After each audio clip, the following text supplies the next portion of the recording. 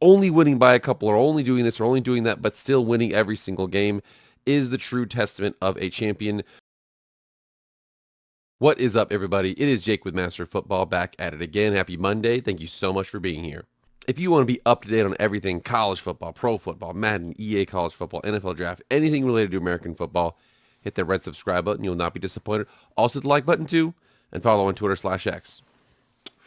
That famine's growing. Without further ado, let's get into the video. All right, guys, I want to start this video off with a little bit of an apology here. There's one team that I have not believed in as much as I should. Oh, well, they didn't beat this team by as much as they should have. Oh, well, they got off to a little bit of a slow start. Oh, well, they're not going to be able to beat this team later on in their schedule. Whatever it is, every single milestone that they've needed to hit, they have so far. And it culminated in, I would like to say, the finale. The invitation to the CFP for them is stamped. It's over. I don't care. We're done. The Ohio State Buckeyes are going to the CFP. So I know it looks like just your standard issue road win for the Ohio State Buckeyes. Ohio State comes in 7-0, plays at 5-2. Wisconsin leaves with a 24-10 victory. Your boy Kyle McCord had 2 touchdowns, also had 2 picks, sacked 4 times, excuse me. But they still looked dominant on defense here, and the Ohio State Buckeyes get a Big Ten East win over a Big Ten West contender there. They're looking really good.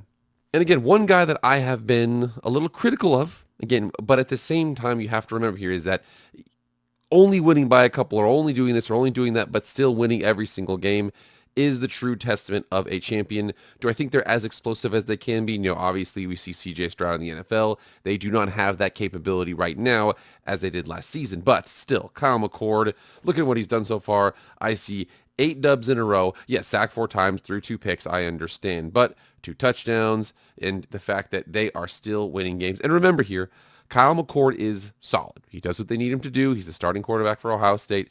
He is the classic Ohio State quarterback where the rest of the roster is elevating him rather than him elevating the rest of the roster. But in that roster of elevation is one of, if not potentially a Heisman Trophy candidate here, Marvin Harrison Jr. I mean, look at what Marvin Harrison Jr. is doing this season. It's almost Tyreek Hill status right now. So what did he do right now? He just had himself a nice old 6 for 123 and 2 touchdowns versus Penn State, 11 for 162, 6 for 105, 8 163. He had a bad game at Notre Dame. Think about that. At number 9 Notre Dame victory, 3 catches for 32 yards. But then before that, 5 for 126, 7 for 160. And then a bad game week 1, 2 for 18, kind of getting the offense going. Remember here, he is a product of the smoothest at quarterback and offensive line. But the more that they're getting in late into the season, the more we're going to see the fact that these numbers here, these yards per game and these targets and catches and touchdowns are only going to go up as the schedule gets more difficult. And remember here, we remember that week 1, Ohio State at Indiana, 23-3. What, man, look at that. A loss is coming, Oh, okay, Youngstown State, they'll beat them. Okay, wait, Western Kentucky, they'll beat them, but they're not going to win at Notre Dame. And they go to Notre Dame and win the game, 17-14. Then they have the tough start against Maryland, but ultimately win that game 37-17. Then we see 41-7, 20-12 versus Penn State there. Great game. Really did a good job against Drew Allar and that team. And then at Wisconsin, 24-10. So checking out, one thing you have to remember here, what is that? 3 points, 7 points, 10 points, 14 points, 17 points is the season high they've given up, 7, 12, and 10. This is a dominant defense here. And when you check out the rest of the way for this team, it's got CFP written all over it right now. Look in the rest of these games at Rutgers, Michigan State at home, Minnesota at home, and even at Michigan, checking out these games, we can see the fact that not only I am saying this, ESPN Power Index is saying that, and even the playoff predictor. So right now, at the Rutgers Scarlet Knights, so far we open up the game. They are an 18.5 point favorite, and they have a 91% chance of winning. How about Michigan State at home? Oh, we have a 97.9% chance of victory. Okay, and how about Minnesota at home? And we'll look at that. We have ourselves a 96.5% chance. Now, thinking about this is crazy. This is actually last week. So you see this right here. A week ago today, 10/23/2023, who is going to make the playoff? We come down here, we check this out. They were the highest rated team. And I remember seeing that. I'm like, what the hell's going on there? Obviously, we see the fact that Oklahoma goes to Kansas, loses that game. We see the fact that Washington is still struggling, and they still have to play USC, who is their own kind of a team they have there. Utah is more than likely out. Oregon State is more than likely out. Ole Miss, we'll see what happens with them. LSU has a small chance. A small chance.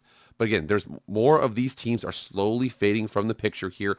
Ohio State, though, when you think about that, think about this right here.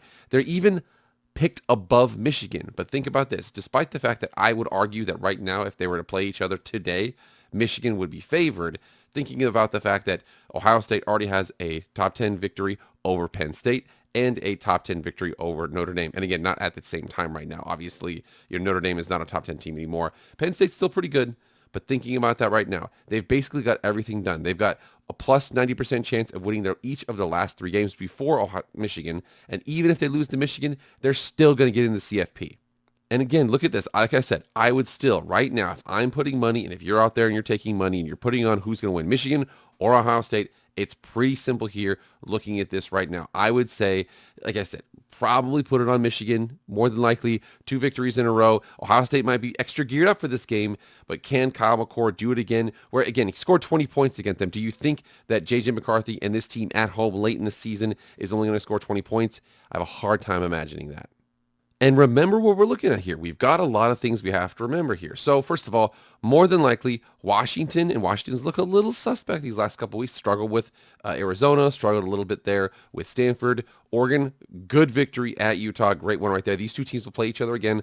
More than likely, one of those teams will fall out. Georgia is probably going to be solidified in there. Again, they, like I said, barring something crazy, they would have to lose a regular season game and lose the SEC championship game in order to be knocked out of the conference, out of the CFP. If they go 12-0, make it to the SEC championship game, they're in.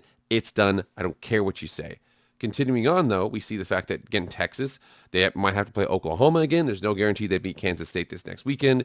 Alabama still has a couple tough victories to go through. We just don't know what to expect from this Alabama team. Still have to play LSU. Penn State still has to play Michigan. We have Oklahoma, who already lost. They dropped below Texas. They might have to, again, Texas and Oklahoma might play each other again and beat each other. Again, Florida State looks like they're solid. Florida State could be the one deciding factor to prevent them from getting in. If I see it right now, if I'm betting my money, it would probably be Michigan's in, Georgia's in. I would bet Florida State 2, and then the winner of Washington, Oregon would be in. But that being said, Florida State slips up, maybe something like that. A 12-1 Florida State versus an 11-1 Ohio State. I would not be surprised if they picked Ohio State in that instance. That's what I'm just saying right now. I think Ohio State is booked it. It's done. Despite the fact that I think Ohio State is not going to beat Michigan. They've already beat Notre Dame on the road. They've already beat Penn State. They've basically won every other game. They have to play at Rutgers, Michigan State at home, and Minnesota at home. And then they have Michigan. That's its own situation. But remember, they're going to go into that game 11-0. And then let's just say they lose. They're 11-1. They don't go to the Big Ten championship game because it still has divisions the last year for that. But we also see the fact that Washington and Oregon, one of those teams, going to knock each other out. Florida State, there's no guarantee they make it through that ACC schedule unscathed.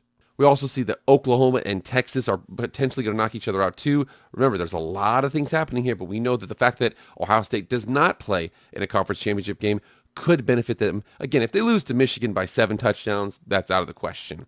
But I don't think they will. But if they lose, still 11-1, really good victories, probably going to be in the CFP again. All right, guys, what do you think? Do you think an 11-1 Ohio State that goes to Michigan, loses by 2 touchdowns, maybe loses by a touchdown, something like that? Are they in the CFP? Are they not? I think this year's got a lot more contenders than last year. Last year we had only a couple teams that really had a realistic shot there. But this year it looks like we're going to have a lot of teams potentially still vying for that. Like I said, Washington and Oregon are probably going to knock each other out. But either way, you guys get in the comments right now. Let me know what you guys think. Also, and like and subscribe too. I really appreciate that. But that's it for me, guys. I'll see you guys later. I am out.